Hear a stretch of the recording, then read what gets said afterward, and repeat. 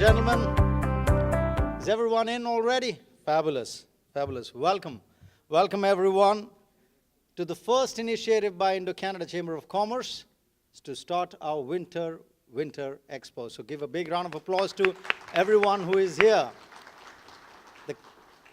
My name is AJ Tandon. I'm the Vice President for the Chamber, been serving the Chamber since 2004. And I think this is the best organization for business in Canada for any Indo-Canadian or any business that wants to do, because guess what? Indians are in every business. There's not a single business that we have spared. We have how many? About 21 people in the ministries and parliament as well. So we are everywhere. That's a good thing. Now the concept when we thought of why should we have our Winter Expo was debated for many years. But finally this board took a decision to say that this is a business chamber and we are focusing our Winter Gala, which used to happen every year. Nothing taken from those Winter Galas, those are fabulous events. But at the same time, those are cultural events. We love to dance, we love to get our families together, we love to watch Bollywood dancing, or Bhangra, which is very popular in Canada, second popular dance in Canada after hockey. But besides that, we want to make sure that we focus on what the Chamber stands for, and that is business. And that's why this concept came into starting with. The ones who are on this side, may I request everyone to move in the center. There is still plenty of space. We will keep these spots for the last benchers if they come in, right? So if you can see, please move forward on this side. But the concept when we thought of doing that was, we are a very, very strong, vibrant chamber, and we've been running for over 40 years. The concept is that the businesses, we are focusing towards people to bring from outside. Why can't there be interdependency between the chamber, between the members, between the businesses that we have? And that is the reason we said we are a chamber for business and we will only focus on business from here on, and that's a mandate. We are always open to suggestions. Any feedback that comes in, we'll be happy to take them in from everyone. But I start the program for today, and I would like to first and foremost thank a lot of people who have helped us today. So we have a lot of great people who have joined us today. We have got Mr. Saifullah Khan, who is looks after the trade and commerce for the consulate, but at the same time, a very important portfolio for him. So he'll be speaking a few minutes later. We have a past president, Mr. Arun Srivastav. During his time, the discussion started. Where is he? Can we have a shake? There you go, right in the center. So fabulous. And we will also have Mr. Venki, and I will be talking about all our sponsors later. But please put your hands together first to welcome our president, Mr. Kanwar Dhanjal. Good evening, everyone. It gave me immense pleasure to welcome you all. Like as I told before, this is the first time we are doing this Winter Expo. Looking at a gathering, I see it's happening. Thank you so much for your support. And we look forward in future, there are going to be more and more expos with more participations, which can give benefit to the members of Indo-Canada Chamber of Commerce, to the sponsors, and the stakeholders. Before I start, I would like to introduce my board of directors. I'll start with Devika, Pramod Goel, Naresh Chavda, he's in India right now, AJ Tandon, thanks, Abu Baker, Sanjay Brahmbhatt, he's unfortunately sick. He may join later on. Pana Patel, Tasrif Sheikh, thank you. Paduman Jhala, here you are. And Rakesh Joshi.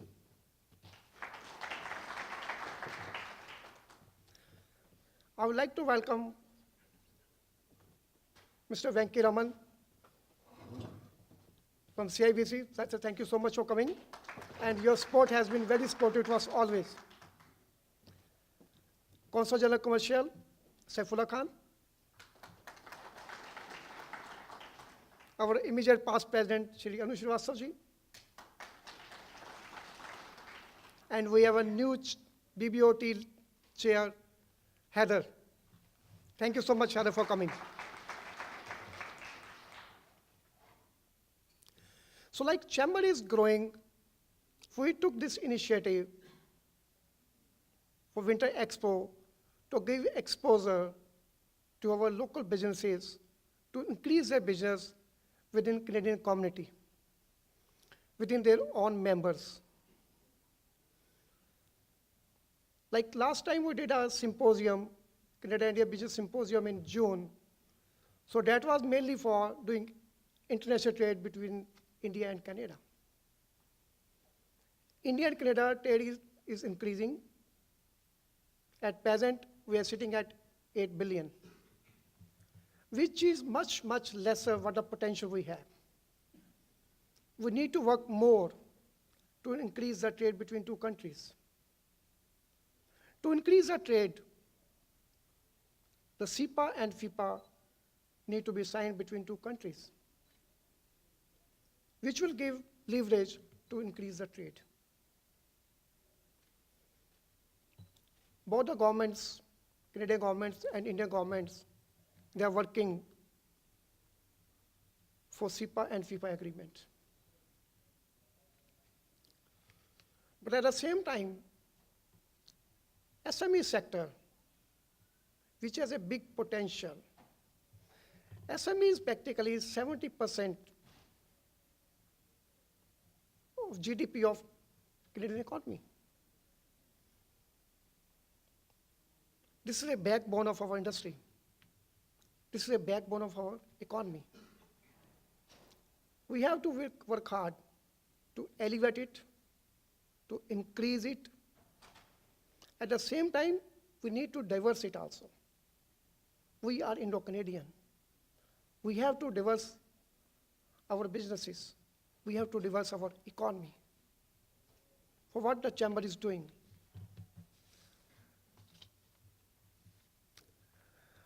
I would like to share, last month, we got an opportunity to visit Parliament House, to talk to House of Commons for International Trade Committee. And we talk about, we given a good representation about Indo-Canada Chamber of Commerce, which has been appreciated by sitting all member of parliaments. They all are looking forward to increase trade between India and Canada.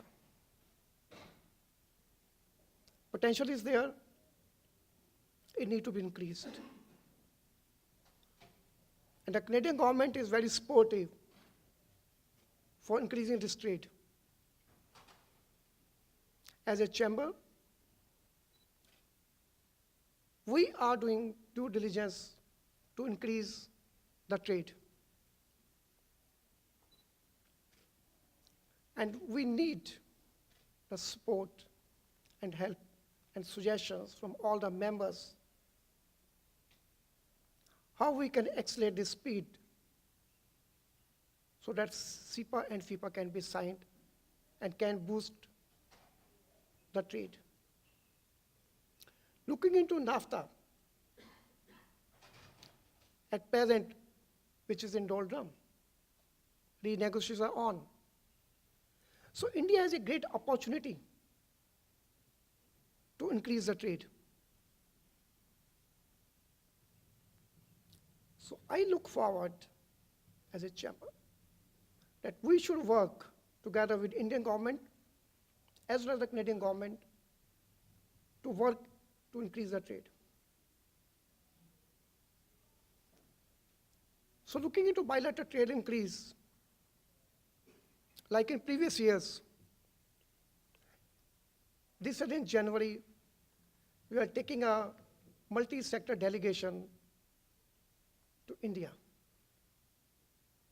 We shall be starting from January 8th I'm finishing on January 17th. The sector which we are looking forward, agriculture, infrastructure, IT, advanced manufacturing, and business immigration. We shall be visiting Mumbai, Ahmedabad, Delhi, Chandigarh, and Calcutta. In Calcutta, there's going to be a West Bengal Business Summit, which is happening on January 16 and 17 in Calcutta.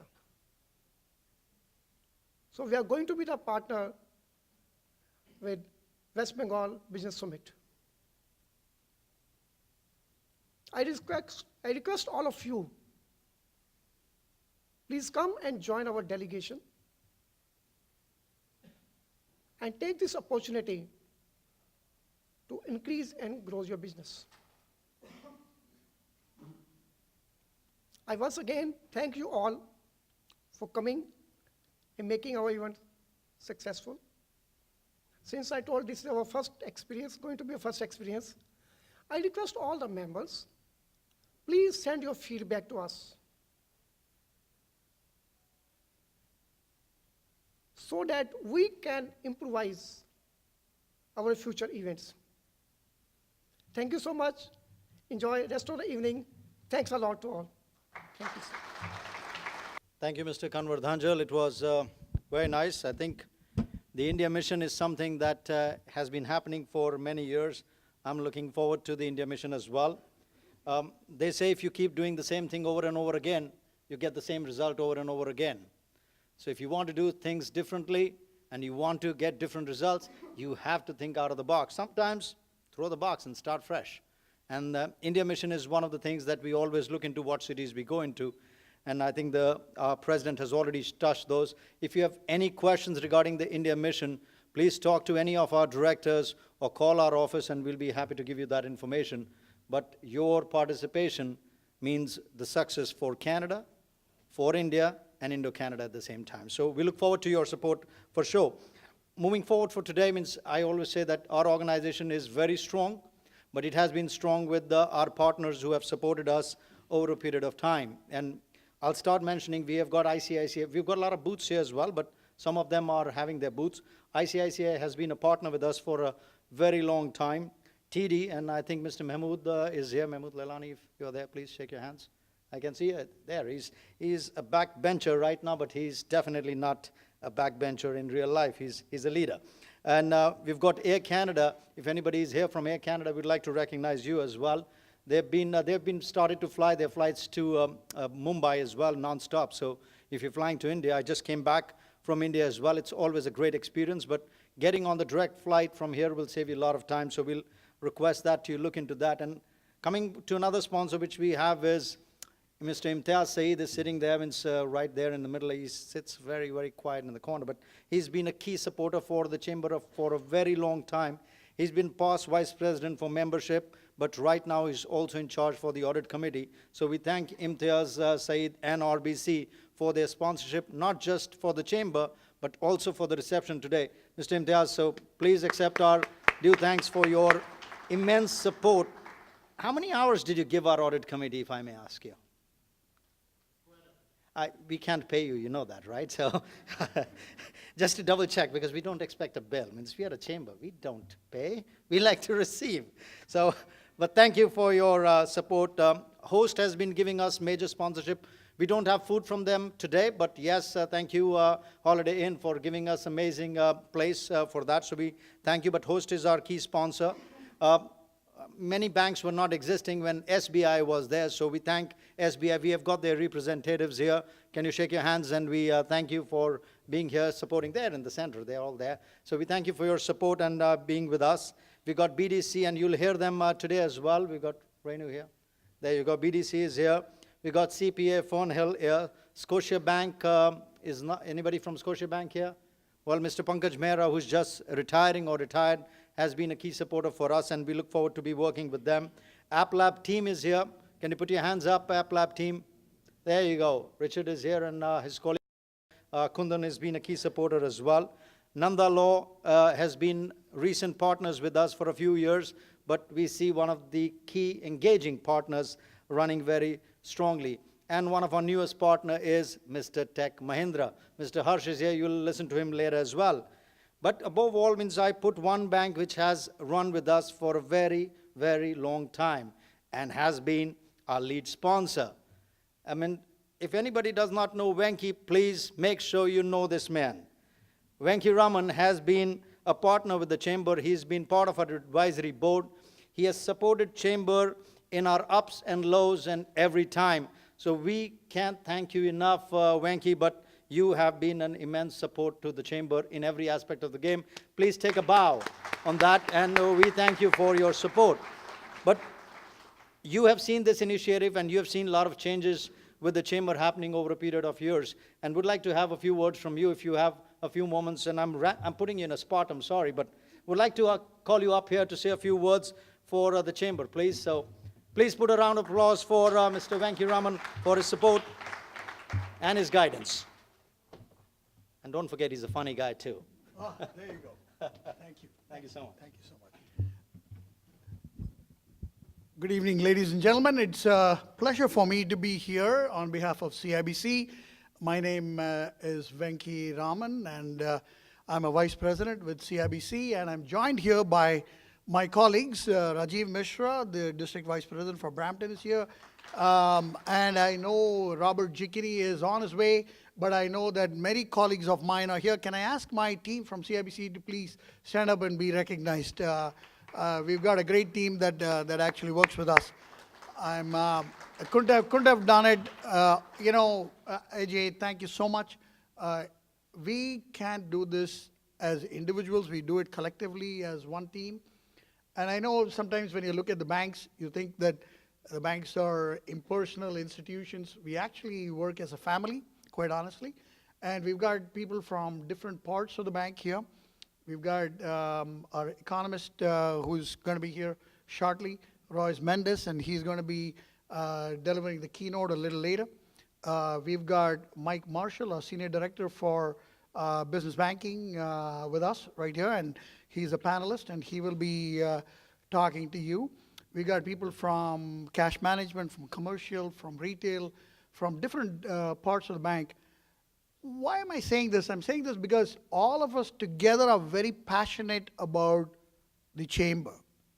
And we're all, it's a movement from within that made us evolve over time and take over the lead sponsorship. We were privileged to take the lead sponsorship simply because all of us are passionate. All of us believe that the Chamber is doing good work. Do you all believe that the Chamber is doing good work? Yeah? Yeah, absolutely. We all believe that the Chamber is doing good work. The Chamber of Commerce, and we are very interested in commerce because commerce is also part of our bank's name. Canadian Imperial Bank of Commerce. So that we are aligned in that. And we see this partnership, and we have been seeing this partnership as a very fruitful one, mutually beneficial one.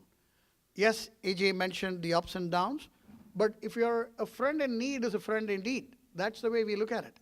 We always, as a bank, have taken a long-term view of a situation, and we believe in the Chamber. We believe in the grassroots involvement. Every new immigrant has an opportunity to become a member of the Chamber. Every small business has an opportunity to get their names on the Chamber's directory and therefore be recognized. The Chamber offers countless networking opportunities for us to thrive, to get involved. I'll give you a very small example. I was just flying back from India, and unfortunately I couldn't get in on the direct flight, so because I had to stop in London to see my uncle. But I was flying British Airways, and there was a family right there, and the gentleman was coming in from Delhi, and a family of 4, wife and two kids, twins. He's coming here to set up a business. He's coming with a good capital, and he's going to set up a business. Naturally, I talked to him, and you all know that the new India is flush with funds. The new immigrant today is not the immigrant that came 20 years back or 30 years back or 40 years back with 2 suitcases like me. The new immigrant here is coming with a plastic card and a couple of pieces of paper that can help them start a business. But they don't know the environment, and they need somebody.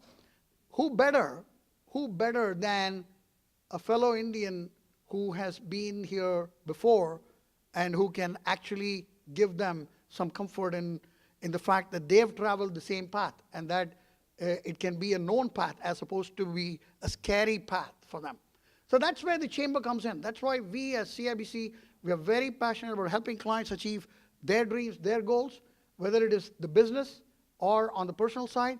And that is why we found total alignment with the Chamber of Commerce. Now, over the years, our relationship has grown from strength to strength. And I tell you what, every leadership here has brought a flavor of their own, and we have actually applauded them for their leadership. Arun is right here, the past president. He did a phenomenal job for the chamber, brought the chamber to great glory, absolutely. And his predecessors have done the same. I tell you, when I met with Mr. Kanwar, I was very impressed that he took the suggestions of the advisory board to converting the December gala from a party, which we all like to have a party. Who doesn't like a party? But make it from a party to a commerce theme, making it an SME-focused commerce theme. We really applaud this leadership, and I'm really eager from a corporate standpoint, from CIBC standpoint, to be working with the chamber. With that, I'll welcome you to this session. Thank you very much for your time. Thank you, Venki, for the encouraging word. Means one thing I got from the entire speech was the word family. Means as CIBC is one family, Indo-Canada Chamber is one family, and we have got family extending for the last 40 years, and we are very, very fortunate that not one organization is there that will not have ups and downs, and so will, as long as we evolve, as long as we accept the change on that. So now moving forward, we are going to have some amazing discussions right now. But before that, I would like to welcome one person. We talk about family. One important part of the family for Indo-Canadians, and I consider that as my home, is always the consulate. There is not a single, and I encourage everyone, make sure you are there on 15th of August, make sure you're there on 26th of January, but you can always go there always to say hi to the changes which are happening. So with that, I welcome our family member, Mr. Saifullah Khan, who looks after trade and commerce for the Toronto region, and he is in our consulate. So please put our hands together to welcome Mr. Saifullah Khan. Good evening, ladies and gentlemen, and distinguished guests. I would like to take this opportunity to congratulate ICCC, the President, and the Board of Directors, and all the members of ICCC for taking this initiative, for organizing this SME Winter Expo. Let me also take this opportunity to extend my greetings from the consulate and Consul General Dinesh Bhatia, who could not make it right now because of unannounced visit of important delegate from India. He is presently with the delegate. He may be joining us later in the evening, but I'm not very sure.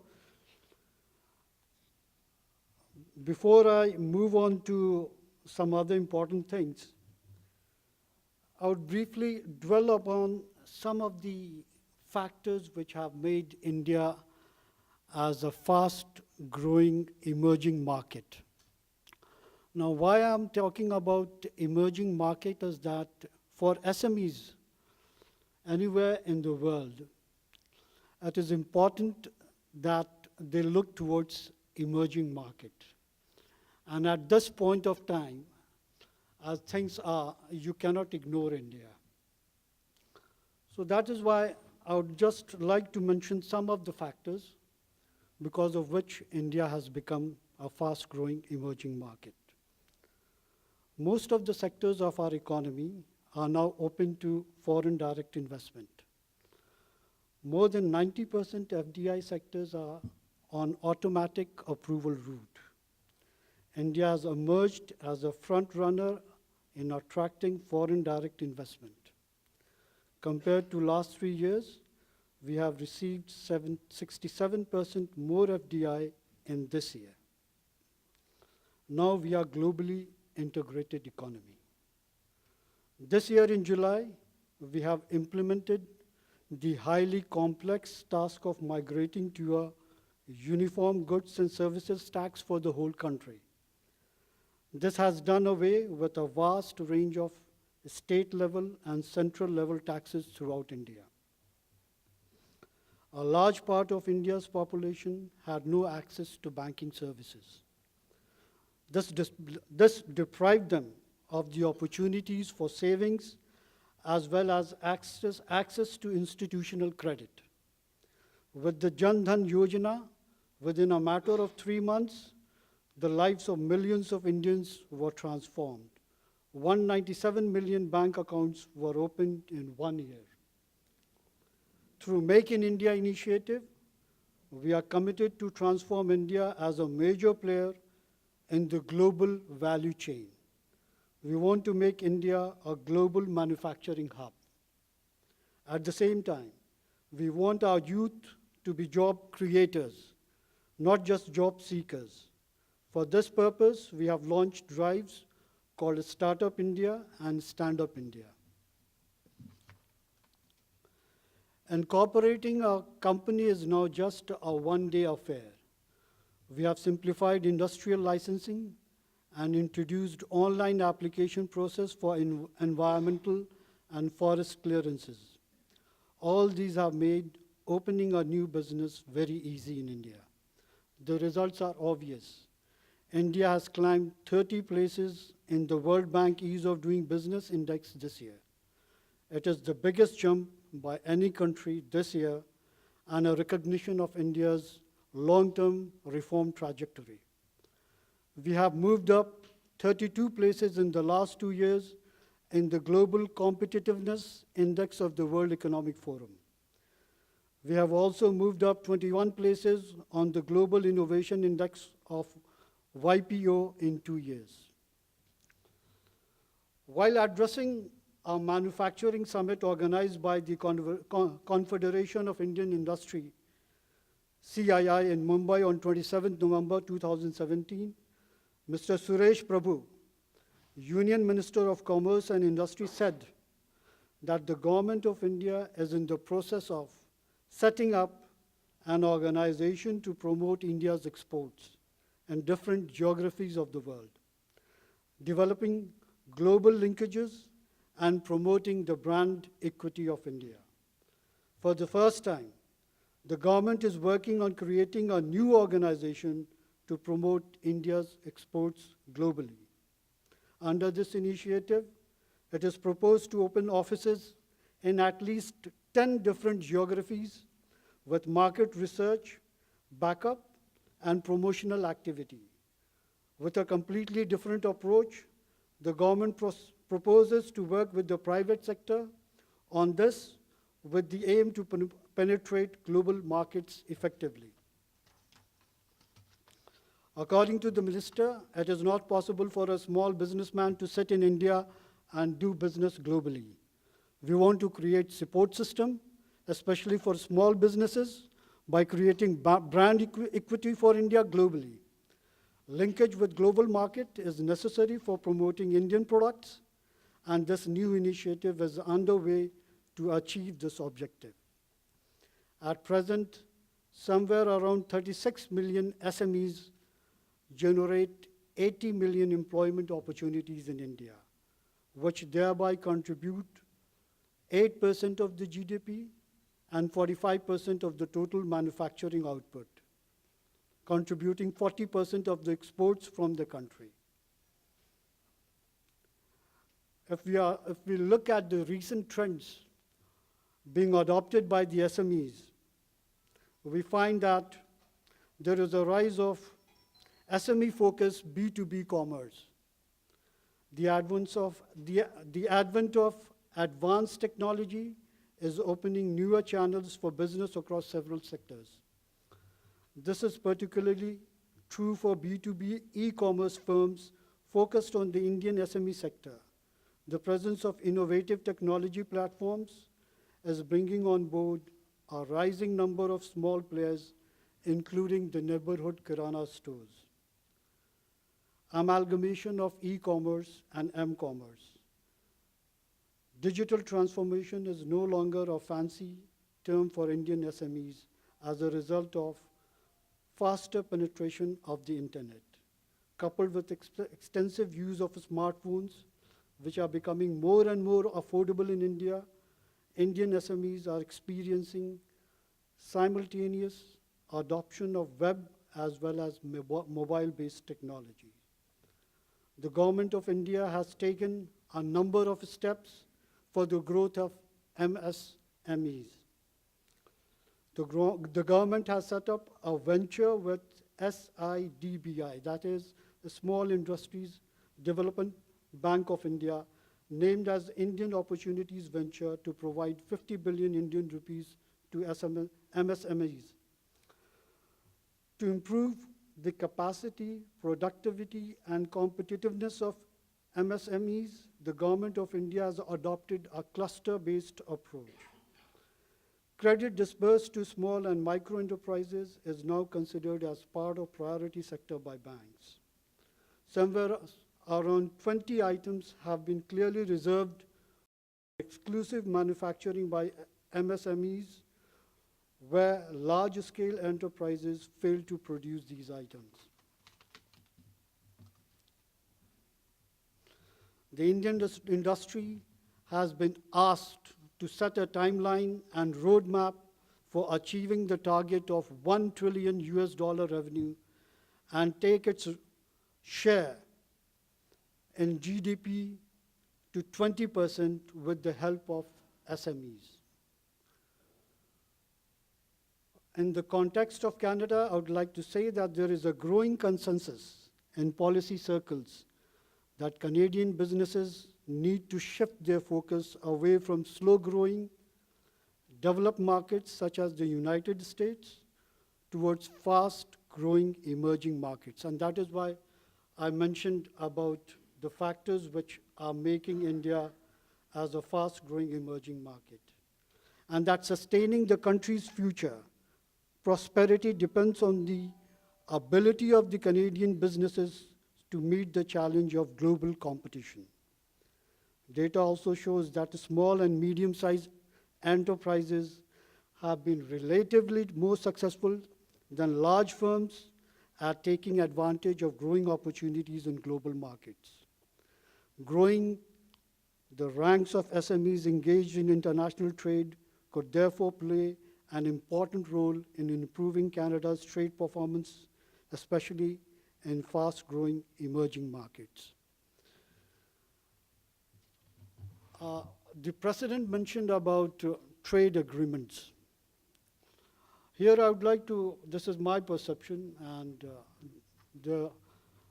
today I was going through the articles in the Financial Post where there is an article on the stalled free trade talks with China, Canada and China.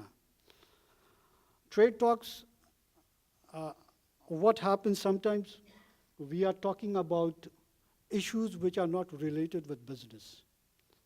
If we are talking about free trade agreement, we should be talking about factors which enhance business relationship, which enhance trade.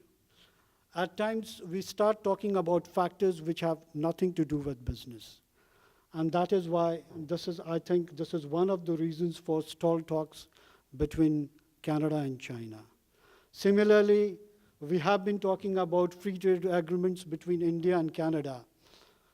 The process will go on, and we don't know when we are going to clinch the issue. But with the presence of such a large diaspora in Canada, let us not wait for the free trade agreements. Let us use the linkages which are already in place. The trade agreements may come, they may take place, but the bottom line is that B2B linkages have to be strengthened, have to be enhanced for enhancing bilateral trade between any country, or in fact, since I'm talking about the Indian diaspora, between India and Canada.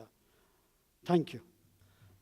Thank you, Mr. Khan, for a lot of information that we got for Indo-Canada bilateral trade. But like I said, it is a very important feature for any businesses to grow. And as Indo-Canada Chambers Commerce's main mandate is to make sure that trade grows, irrespective of what the agreements come into place. Before I say anything else, may I request everyone to please have your phones on silent, especially during our sessions that we start next. So I request you to do that for respecting the speakers as well as the panelists will be joining us. I have now the privilege of introducing a moderator who is going to run the next session, but I can call him one of a very, very old friend of Chamber, a friend that we would like to have is always on our side. So Murray Johns, who is going to be joining us now. Murray is the Vice President and Business Development person for Minion SP Construction Corporation, in short form, MSP. A Canadian construction company based in Vancouver, BC. MSP is a joint venture between Minion Construction Corporation and India's $4.5 billion firm, which is Shapurji Palunji Construction Corporation. Murray is responsible for MSP in Eastern Canada and aiming to identify and qualify prospective partners for MSP international construction projects in Africa, Latin America, and of course, India. As previous positions he had as Area Director South Asia for Government of Ontario, he helped Ontario companies expand into India and Pakistan. As Executive Director for Canada-India Business Council, he managed high-level trade missions, conferences, and networking programs. He established the Canadian and India Matchmaking, now that's a different kind of matchmaking, corporate initiative to promote mergers, acquisitions, joint ventures between Canadian and Indian companies. He is also an extensive startup and senior management experience in private sector organization for NFC and SME. So right person to be the moderator. And above all, like I said, he's a great friend of Indo-Canada Chamber of Commerce, and we are just happy to welcome you. So please put your hands together for our moderator, Mr. Murray Johns. So I'd like to, could the panelists come up, please, now? Namaskar. SME Expo main apaka savagat. Hai. Aji ap kasi hai. Good. But looking around the audience, I see that some of you may not be speaking Hindi. So let's just speak English for the rest of the session. What do you think? Is that okay? Good idea.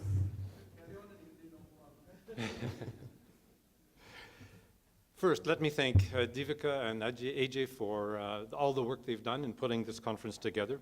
It's particularly important these days because we don't know what's going to happen out of the NAFTA negotiations. So that's an international trade business, but I think we're all looking towards that in the future. To get a sense of who's in the audience, for the benefit of the panel, I'd like to ask those in the audience to show their hands if they're, let's say, a startup company. A few. Self-proclaimed SMEs, let's say 10 million or so. Any owner-operators in the group? Ah, good group. Any multinational corporations? So we've got a smattering about all these types of organizations and businesses. So the objective of this session is to provide, with insights from our panelists, ways and means to face the challenges of SMEs and startup companies. Because of time pressures, we're going to only allow our panelists 7 minutes, but we're going to have about many more minutes for questions and answers at the end of the panel session.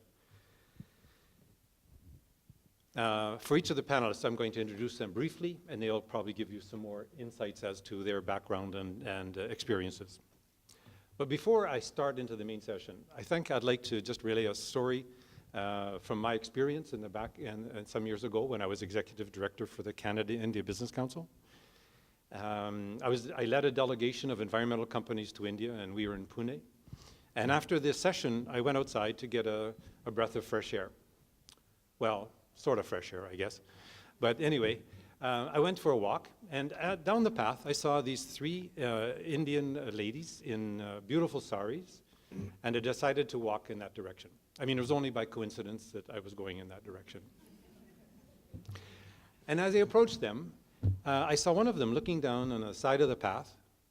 I caught up to them, looked in the side of the path, and there was a small frog looking up at these girls, and it was saying, "Pick me up and kiss me, I'll turn into a prince."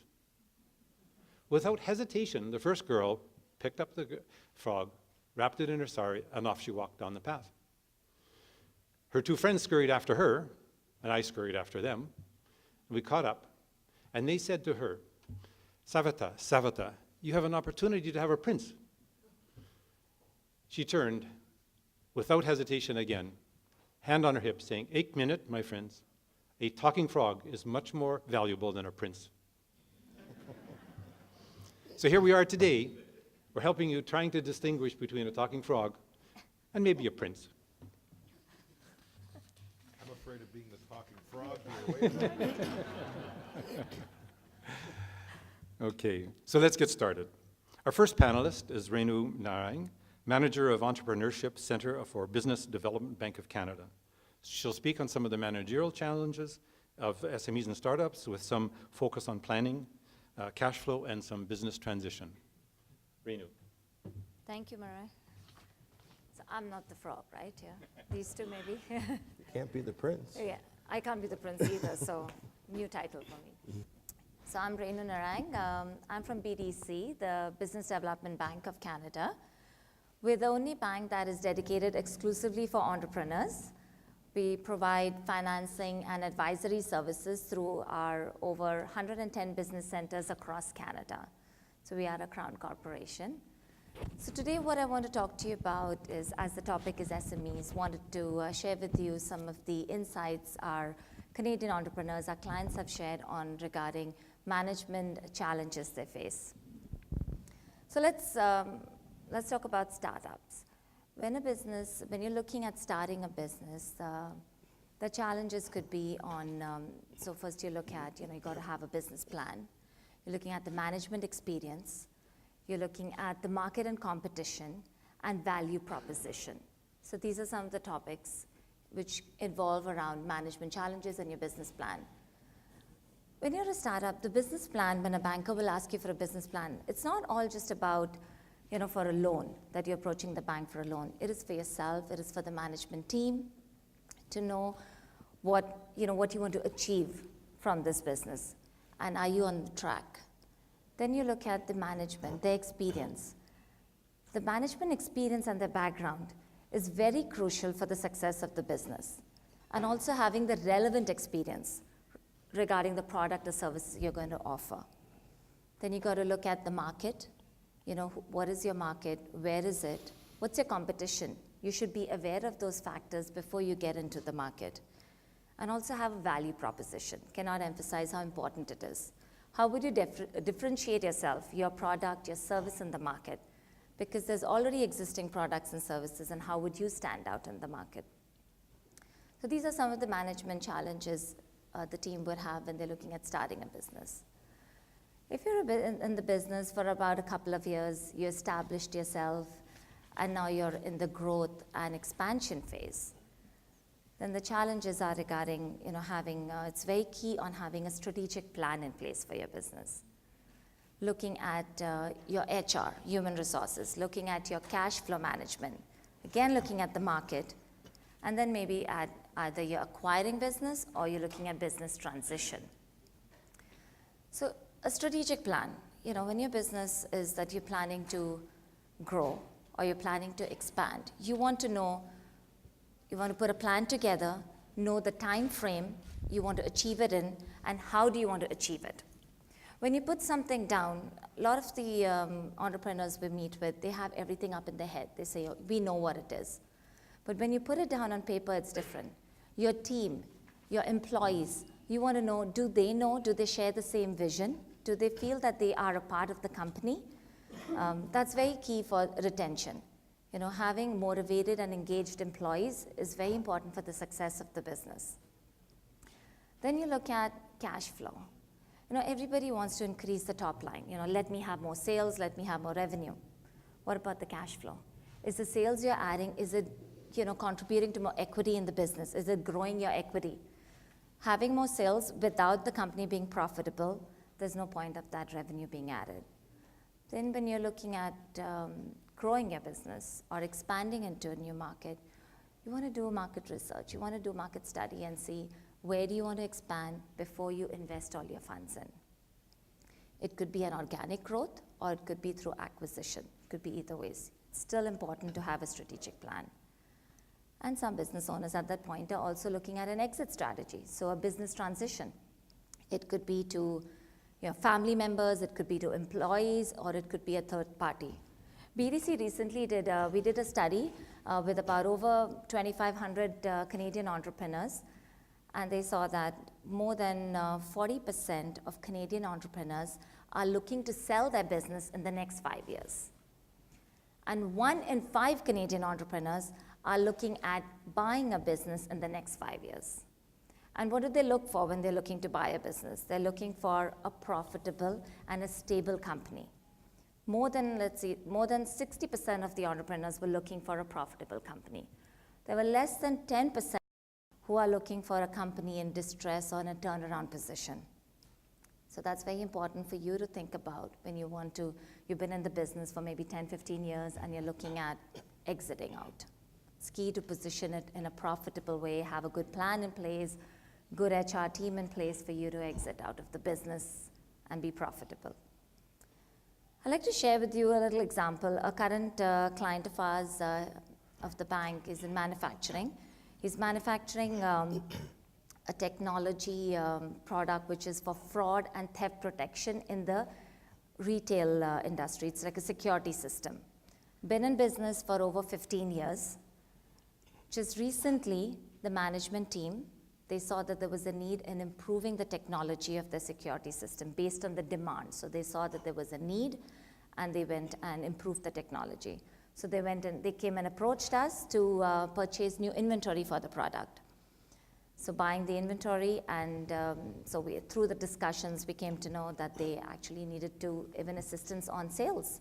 They needed to have a sales plan to be able to market the new product because they were entering into the high-end retail market. So to get into the high-end retail market, they needed to have a new strategy in place. So BDC, you know, we're unique and we have advisory services. That's what we are unique about. And so we introduced them to the advisory team, and they're working on a sales strategy. In those discussions, it came out that the dad wanted the children to take over the business, but was having issues in letting go of the control. So these planning sessions help facilitate the business transition, get the children more involved in the business, be a part of the sales strategy, so they felt that they could be more in control and be the future of the business. So, you know, cannot emphasize enough that, you know, if you are in the business for a long time, look at a business transition, think about it, have a plan in place, which is very key. It's always being a business owner, we've seen our clients being just looking at the day-to-day activities, just reacting to situations coming up. But you got to be proactive, you got to plan, which is very key for having a stable and profitable company. Thank you.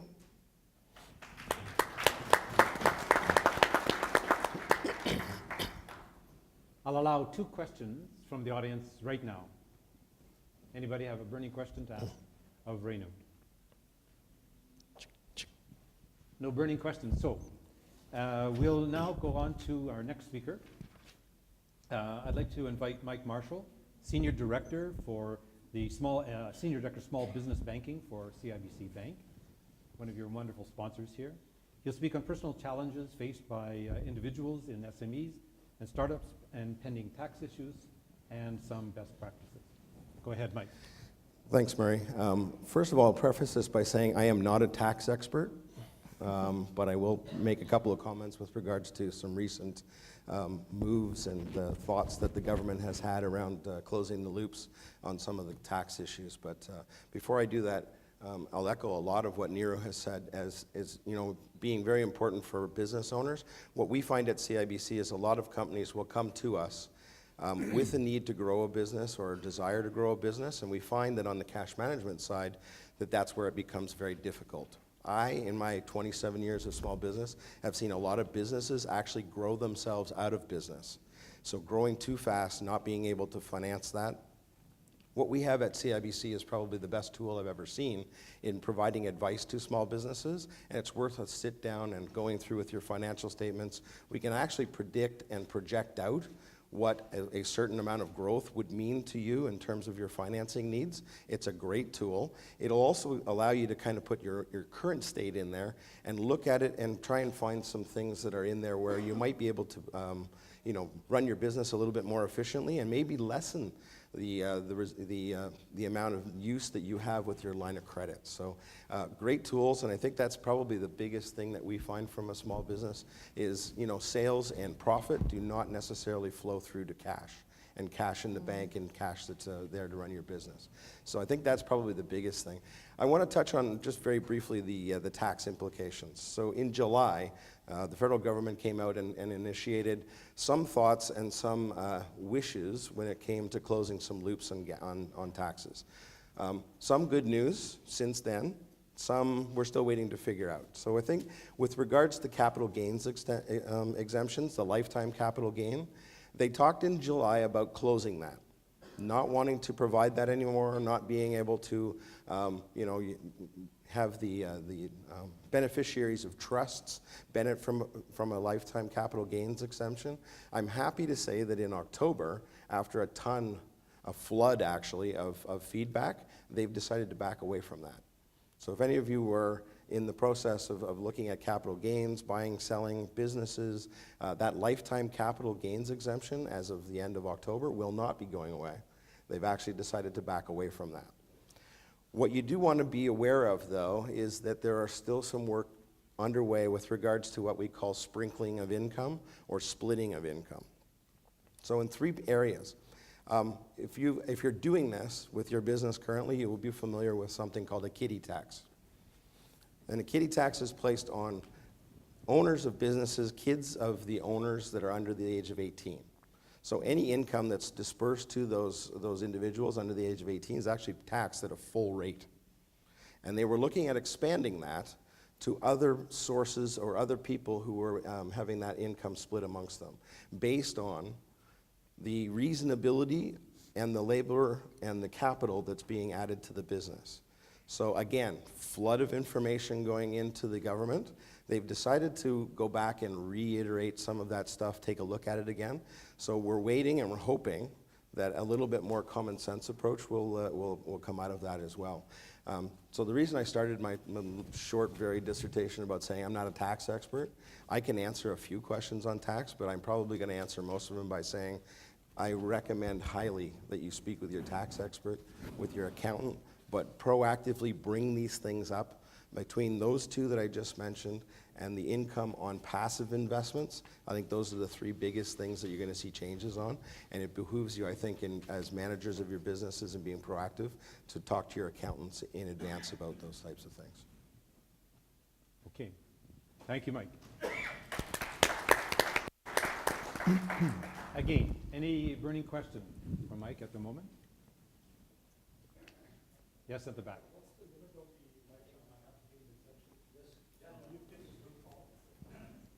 Do you want to please state your name and then ask the question? I'm Paresh. I'm with Scotia. My question is, what's the maximum for the lifetime capital gains exemption? And do you think in the future, do you foresee that being taken away by the government? It's a good question. Again, I wish my tax expert were here. I believe the lifetime capital gains exemption is either 600,000 or 800,000. It's 800. 800. Okay, I'm in the ballpark. That's pretty good for a business guy. So they had a lot of things involved in that capital gains exemption move. They wanted to do away with the beneficiaries of trust being able to claim it. They wanted to do away with anything with regards to income splitting, as we talked about, being under the lifetime capital gains exemption window as well. They've backed away from all of it. I think they realize that there's just far too much involved with that and far too much benefit. I think they're going to be careful when it comes to playing around with these capital gains and taxes as it pertains to small businesses, because I think somebody mentioned like 70% of the GDP is driven by small business, 80% of the employment is driven by small business. It's an area that I think they're going to want to be careful with. Do I see it changing? They probably would put out a wish to change it, and then they probably get the 25,000 pieces of feedback again, and they probably back away. That would be just my prognostication, though. Could you turn the volume up on that, please? Hi, I'm Anirudh from ICICI Bank. Hi. Had a question on the SMEs. So with the increase in the minimum wages, which is expected from next year, Yep. and the corresponding tax benefits, which was announced by the minister earlier this year, what would be your view in terms of how they would impact the businesses? Yeah, we talked to a lot of businesses, especially about the raise in the minimum wage. I mean, even at CIBC, I think that's going to hit us to a certain extent. Some of our roles in the bank are making less than the $15 per hour. But for a lot of small business owners, they have really one choice. To stay in business is to pass along that raise in minimum wage to their customers.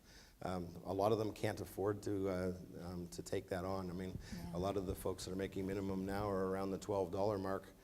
That's a big jump in minimum wage. It will have an impact. I have a feeling that all of us in this room will probably be paying for it more than the government will, because I have a feeling that it's just going to result in higher prices. Or in the case of some entrepreneurs who simply don't want to deal with that, we've had a lot of chats with people who want to sell, want to back out of the business right now. Thank you for your questions. Our third panelist is Mike Dennis, Jeff. entrepreneur. Jeff. Sorry? Jeff. Jeff Dennis. You're Mike? I'm Mike. You're Jeff. Jeff Dennis, entrepreneur in residence at Fasken Martineau. He'll be speaking on financing options for SMEs and startups, and with some focus on sourcing issues.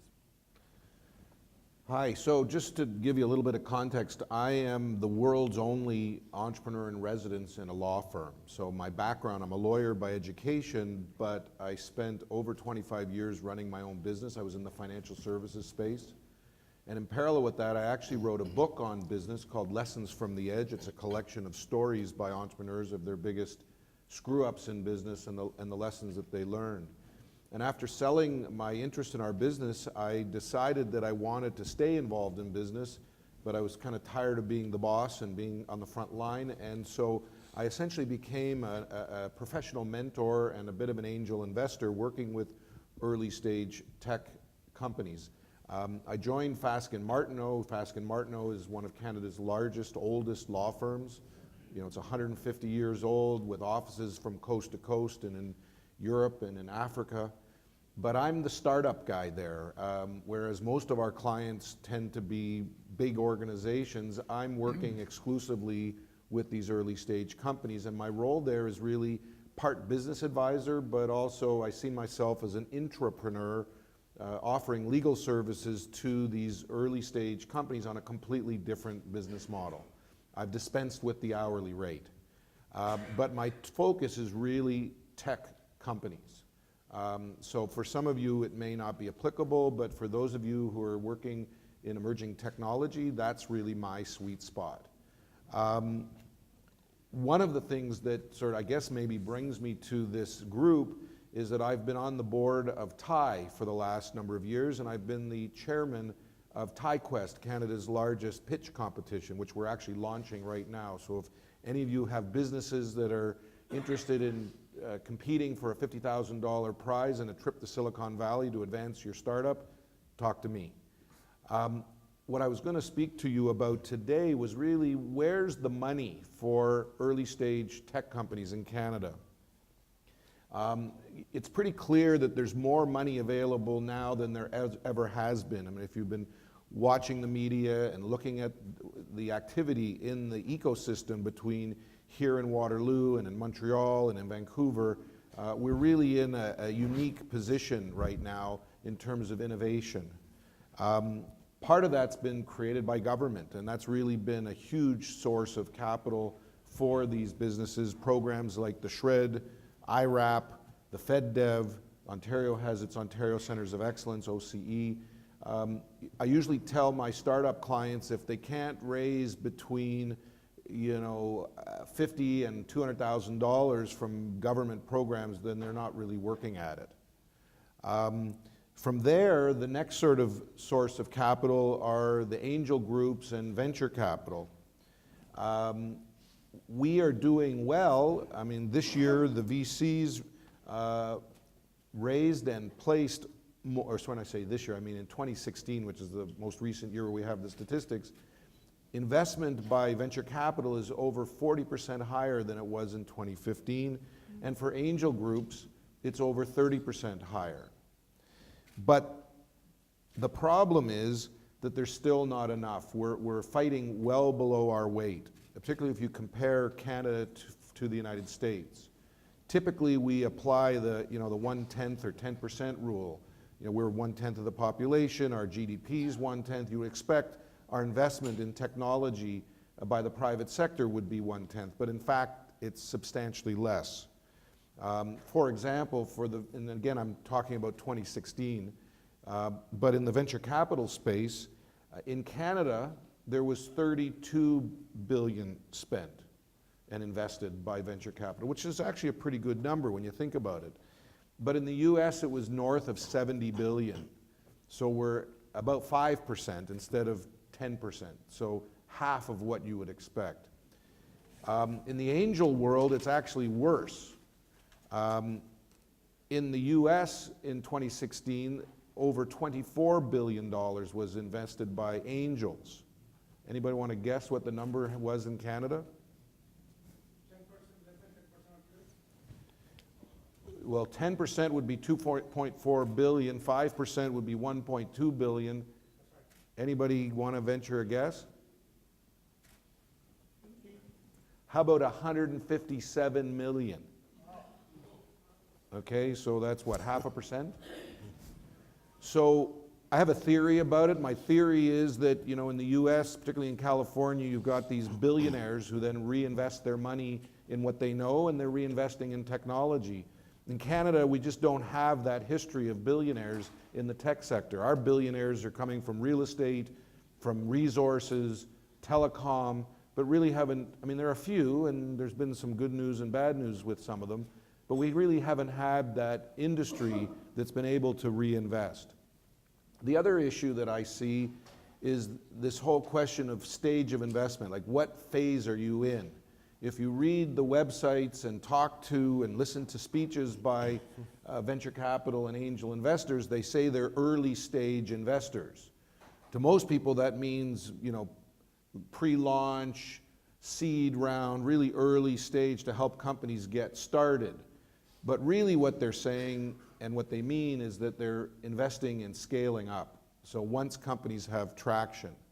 And so where the challenge is with these early stage companies, they're very dependent on government and friends and family, or what I call the 3 Fs, friends, family, and fools.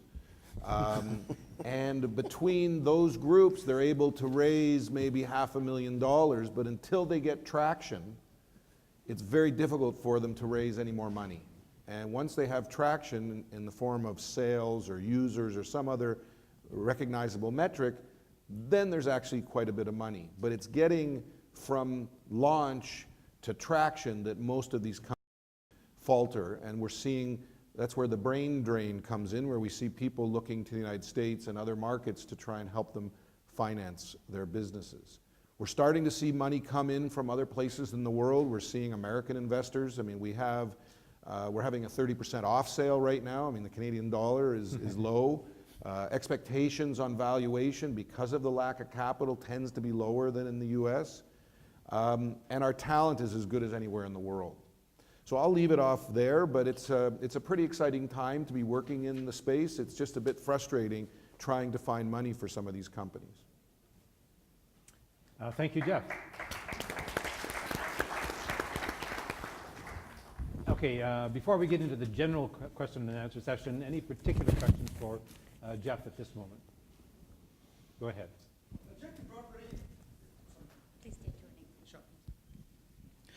Myself, Rakesh Mishra, so I'm in the tech sector, and you brought very important point, especially in US. So what is happening like after this 2008 downturn in US? Suddenly this mindset from employee to entrepreneurship had jumped like tremendously. And I think internet and social media has a very, very important role to play. So what is your take on this role of internet and social media for SME sector in Canada? Well, I think it's worse than that, or better, depending on how you look at it. I think we're moving into a jobless economy. You know, if you look at all the economic theory, Adam Smith, Marx, everybody, there was a link between GDP and employment. You know, if GDP went up, employment went up. So let's create, you know, business activity and all boats will float.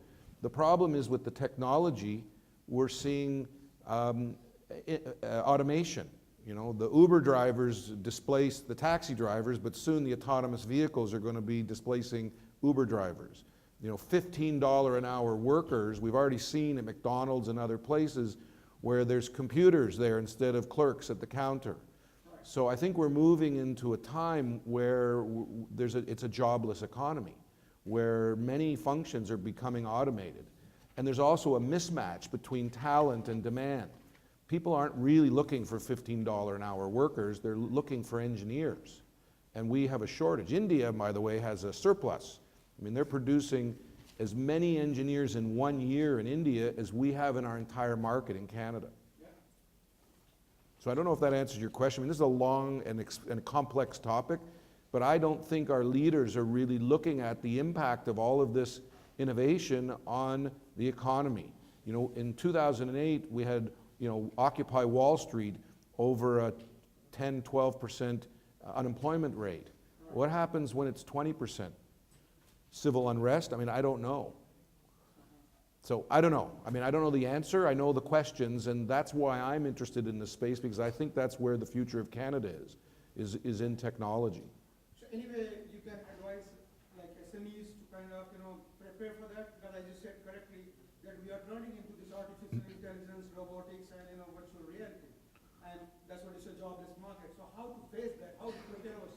Well, I think you have, first thing I would do is change your mindset. You know, I hosted an event in May for the Young Presidents Organization. It was their Innovation Week event, and we hosted it at our office. And I asked the audience, it was about this size, and I said, you know, put up your hand if you're in the tech business. You know, and 4 or 5 people put up their hand. And I said to them, wrong answer.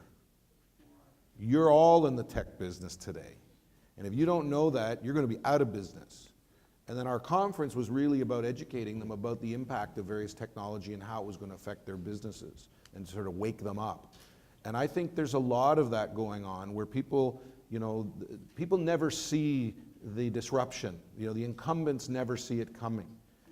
For the first time, maybe in our memories, maybe since the Depression, I think the banks, with all due respect to our bankers here who've been incredibly generous, I think banking is at risk for the first time because of blockchain technology and other types of technology where this is creating a trusted environment that the role that banks and other intermediaries played in our lives, where I owe you money, I put it in my bank pays your bank pays you, and everybody's charging fees all the way through.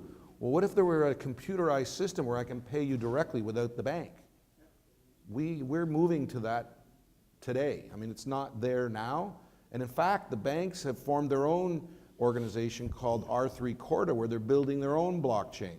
So they're not blind to it, but there's a lot of disruption going on. And it's not just banking, it's in law. And we're seeing it in our own office, where there's technology changing the way we do business.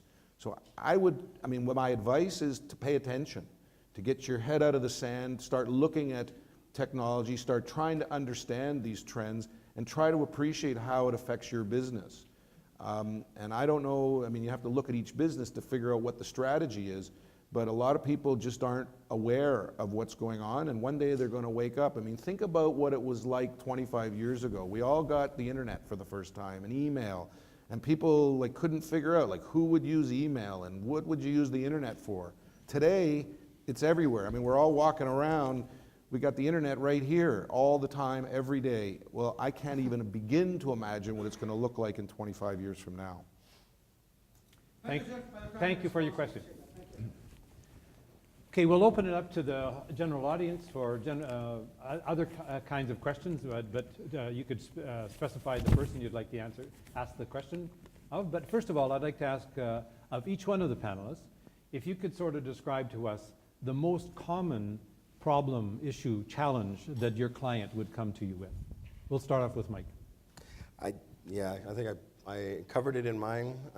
What we find with all of the surveys that we've done and what keeps business owners awake at night is cash flow. Not knowing whether or not there's enough cash in the bank tonight to pay the staff tomorrow morning, pay your suppliers, keep everything up and running. I think it's cash flow. And are there solutions that the bank comes up with or makes suggestions of? Absolutely, and I talked about the tool, the cash flow planning tool that we have as part of our advisory suite with CIBC. I can't recommend enough. I know Venki's here, Rajiv is here, Robert's here. We've got a couple of our BCLs at the back. If you come across one of our whether you're a client or not, bring us your financial statements. Let us have that conversation with you because there's a lot we can uncover and a lot we can recommend. Thank you, Mike. Renu. I would echo that too. So cash flow is a big challenge, but at the same time, with cash flow it comes in because they're spending more than they can have the cash flow for. So that becomes a challenge in terms of they haven't planned enough. So we see that, you have a customer come in, you've got a big order, you'll spend on it. You need to, whatever you need to do, grab in extra resources, but the planning hasn't been done. So that long-term planning, we see that it's not been done enough, so that's why they all complain about time, that the management team would say we do not have enough time in the day to do what we want to. So that's what is hindering the growth of a lot of the Canadian entrepreneurs because of not being properly managed and planned because they don't have enough resources.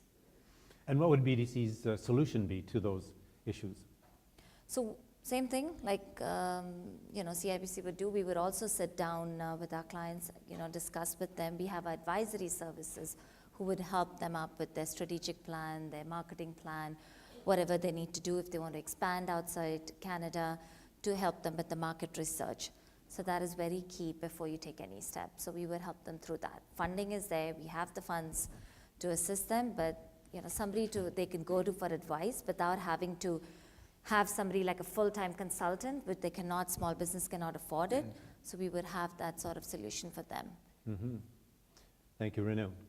Jeff. I hate to belabor the point, but I really think it's the big issue. We see it in the early stage world. All these companies are running a burn rate, so many $1,000s a month in losses and cash flow, negative cash flow until they, hit profitability and really get their stride. And they invariably raise too little money.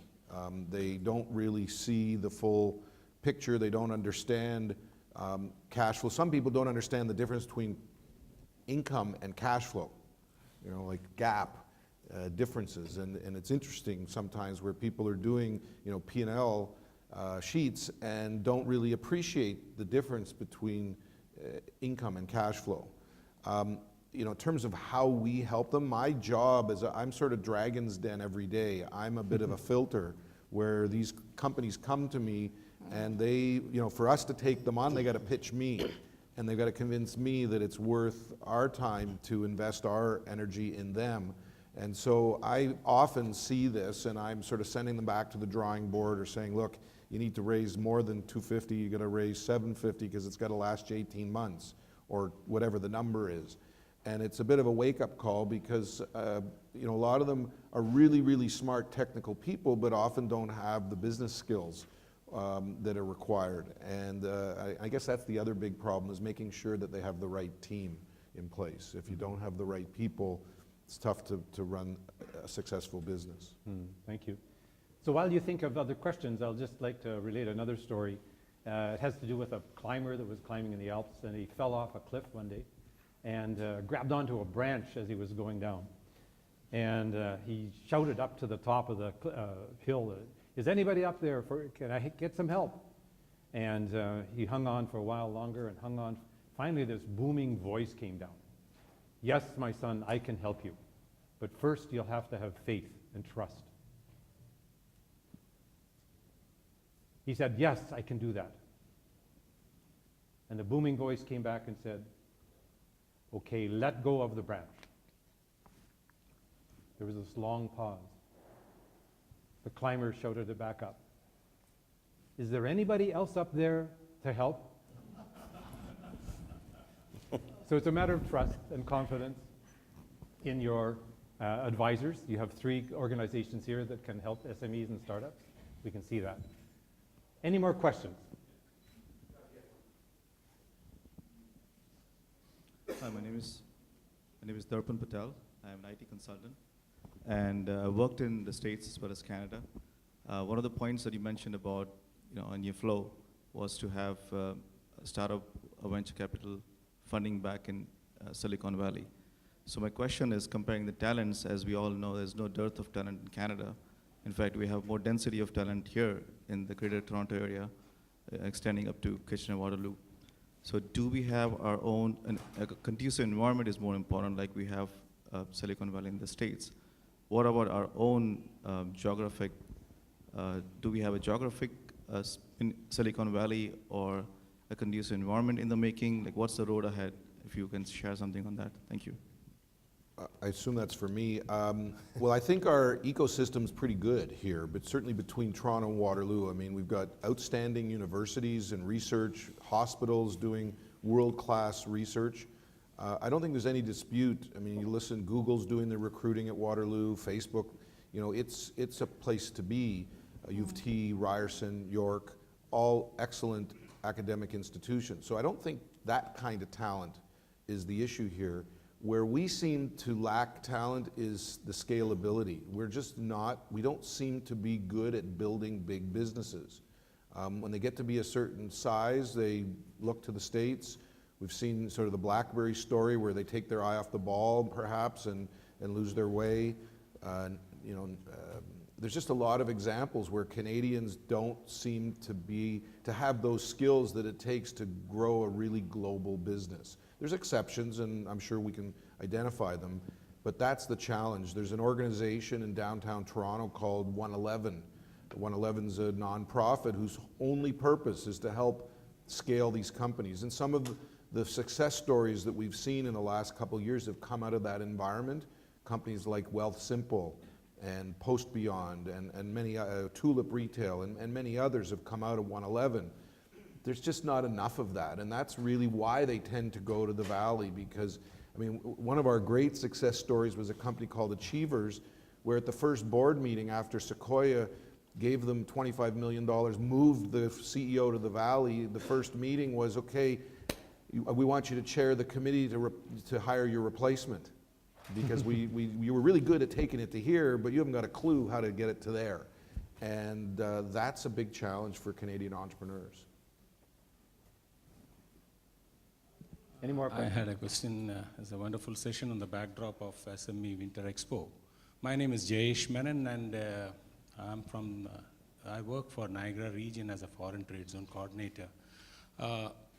Considering the majority of you from the financing background, I thought of having a point to understand that largely SMEs worldwide represent 70% of the gross trade and commerce, with almost 30% of GDP.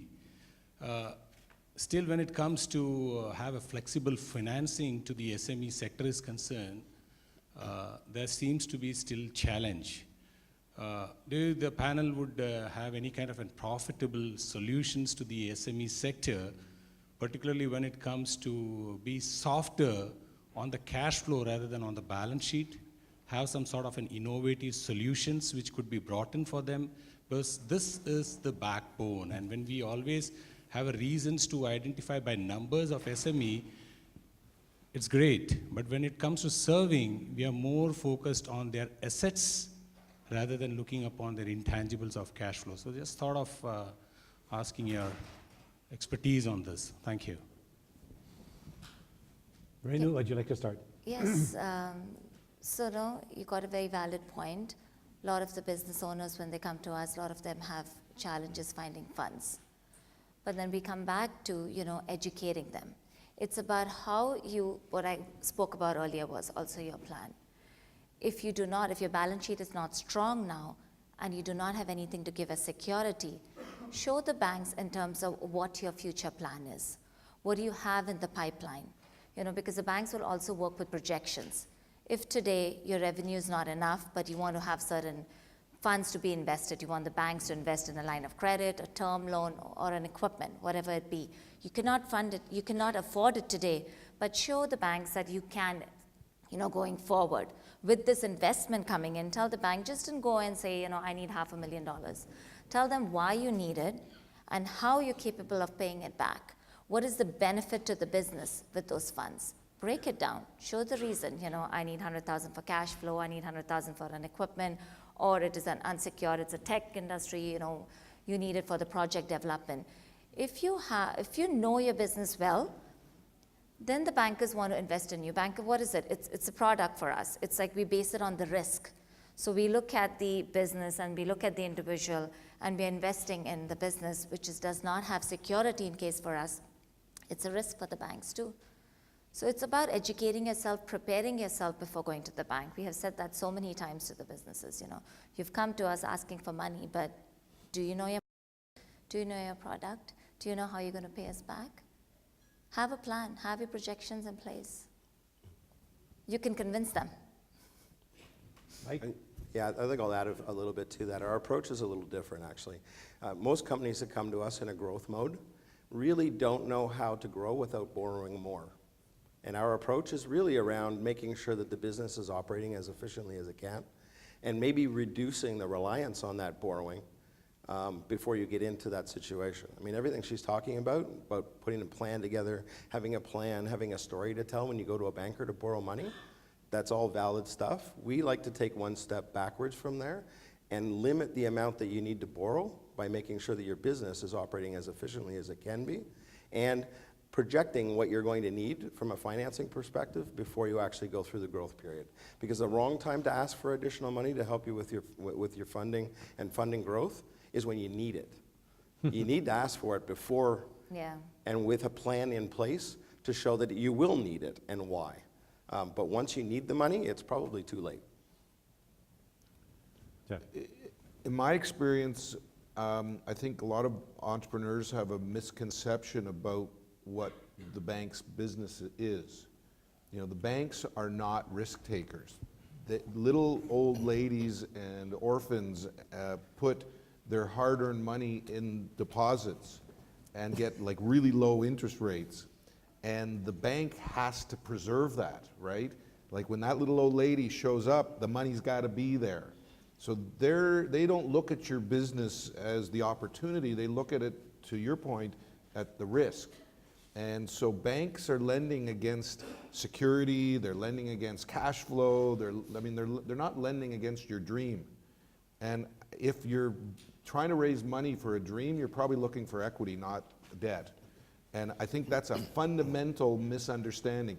I was once at an event where the president of HSBC Bank was speaking to a group of entrepreneurs, and he was going to be lynched, because he was the only banker in the room, and everybody hates their banker, and you know how it is. And this guy basically explained this to people, and he calmed the whole room down, because the expectations was, I show up at my bank, I tell them my great story, and then they tell me they want a mortgage on my house, or they want this, or they want that. And it was just this complete misunderstanding of the role of banking and what equity looks like and what debt looks like. And that was an aha moment for me. And I think a lot of people fail to understand that. Often you're looking for equity and showing up at a bank. And when they say no, you shouldn't be surprised. Yeah. Thank you for that. My boss has given me the instructions to have the last question. If it was me, I would ask many more questions, but my boss is saying only one last quick question, please. I'll give it two in that case. Oh, So nice. he's being nice.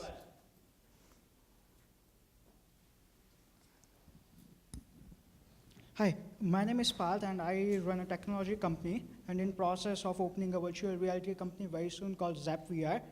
I want to ask you that, do you think that cryptocurrency will be legalized soon, because the market is booming? As you see, Bitcoin hit 15K last week, right? According to Canadian dollars. and I think CIBC Bank is on the Ripple network. I'm sorry, I missed that. The CIBC Bank is using Ripple network of cryptocurrency, Yep, right? yep. So do you think it will be legalized very soon? Well, cryptocurrency is legal. Yeah, it's perfectly legal. The issue, so there's lots of, we could be here all day on this. Like and I chair our blockchain and cryptocurrency task force at our firm, and we're working on a number of ICOs. We act for Canada's largest exchange. We're working for funds that are trying to raise capital and do derivatives. So I'm fairly familiar with the space. It's legal. The issue is that the regulations that exist today are behind the times. They never contemplated this. And so the uncertainty that you feel in the marketplace is a lack of regulatory environment that gives some kind of certainty. So I'll give you an example. When people are raising all this money through what they're calling ICOs, where they're selling their new coins, the question is that a security? Like, does the Ontario Securities Commission have the authority to regulate it? Do they need a prospectus? If not, what exemption? And the answer is we have no idea. And the regulators are trying to figure it out themselves. And there's some things that we're learning as we go, as companies go through the system. But the speed of commerce is way faster than the speed of government and regulation. And that's what you're feeling now. If you're asking me, will Bitcoin go to $100,000 or go to zero, I have no idea. What I do know is the blockchain technology is for real. Like, it's going to have a disruptive effect as like the internet did 25 years ago. Many, many businesses are going to be disrupted. It's very early. The technologies are very clunky. You know, they haven't gone through their Moore's law of speed and efficiency yet, but that's all happening. I think there's a whole different conversation between cryptocurrency and blockchain. And while they're connected, there's a lot of people focusing on, you know, the get-rich-quick side of it, as opposed to the implementation of real technology that's going to affect business. I think with that response to the last question, I'm just going to take a minute to summarize some of the lessons learned during our session today. So, secure funds flow and finances to support your working capital requirements. Build a solid strategic plan. Use technology to the hilt if you possibly can. Pay attention to time management.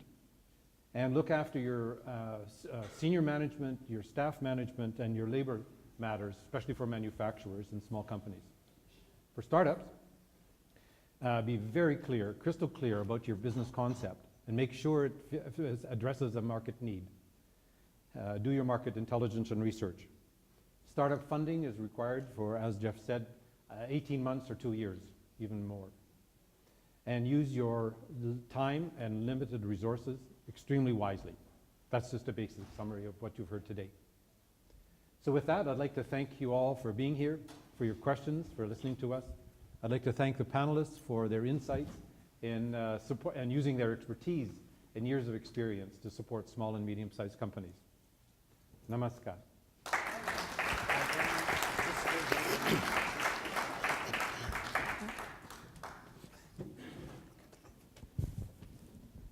Well, thank you everyone for an amazing participation on that.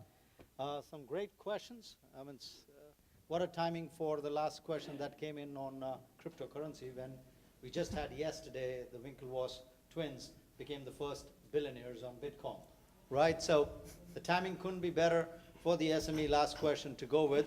But like I said, means a lot of entrepreneurs, or the ones who are already doing their business, or the startups, I mean, I go by one of the quotes, and you can't have more Canadian than that one, was from the great one, Wayne Gretzky, when he said, I usually skate to where the puck is going to be, not where it has been. So in any business, if you are skating towards where it is going to be based on your judgments and based on what your plans are as you are trying to get your funding, you need to know where the puck is going to be. That's when your success will follow you. So I think that's a great discussions that we had on that. And thank you, everyone. I would like to now call our president to join us to recognize each of our panelists and our moderator. So please, sir, Kanwarji, please. And I'll call one by one of our directors to join us. Please, right here. That's it. And here's my wonderful colleague with all the flags already. Fabulous. Let's call Mr. Abu Bakr to join us for Mr. Mike Marshall. Abu Bakr will give it to Mr. Mike Marshall.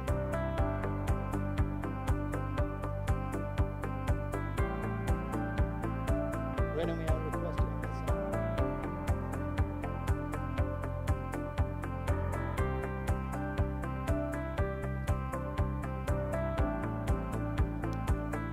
Miss, thank you very much.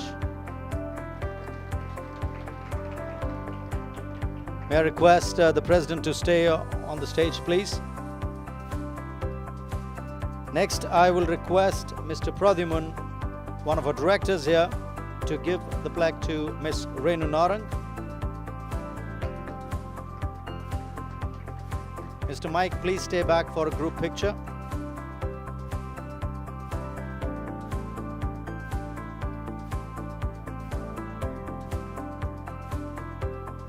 May I request our Vice President, Ms. Devika Penalakarpati. Did I pronounce that right? One of the most tongue-twisting names. I'll ask you guys after that to pronounce. For Mr. Jeff Dennis.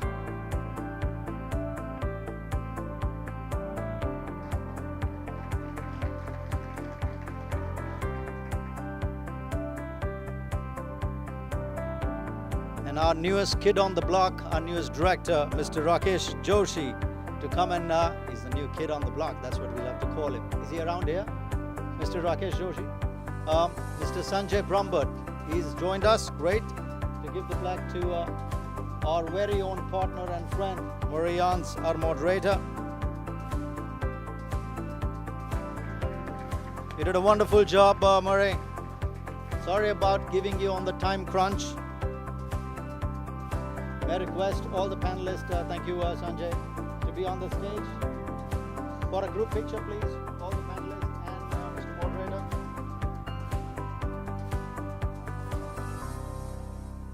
Ladies and gentlemen, just a few moments, please. Bear with me for a moment, please.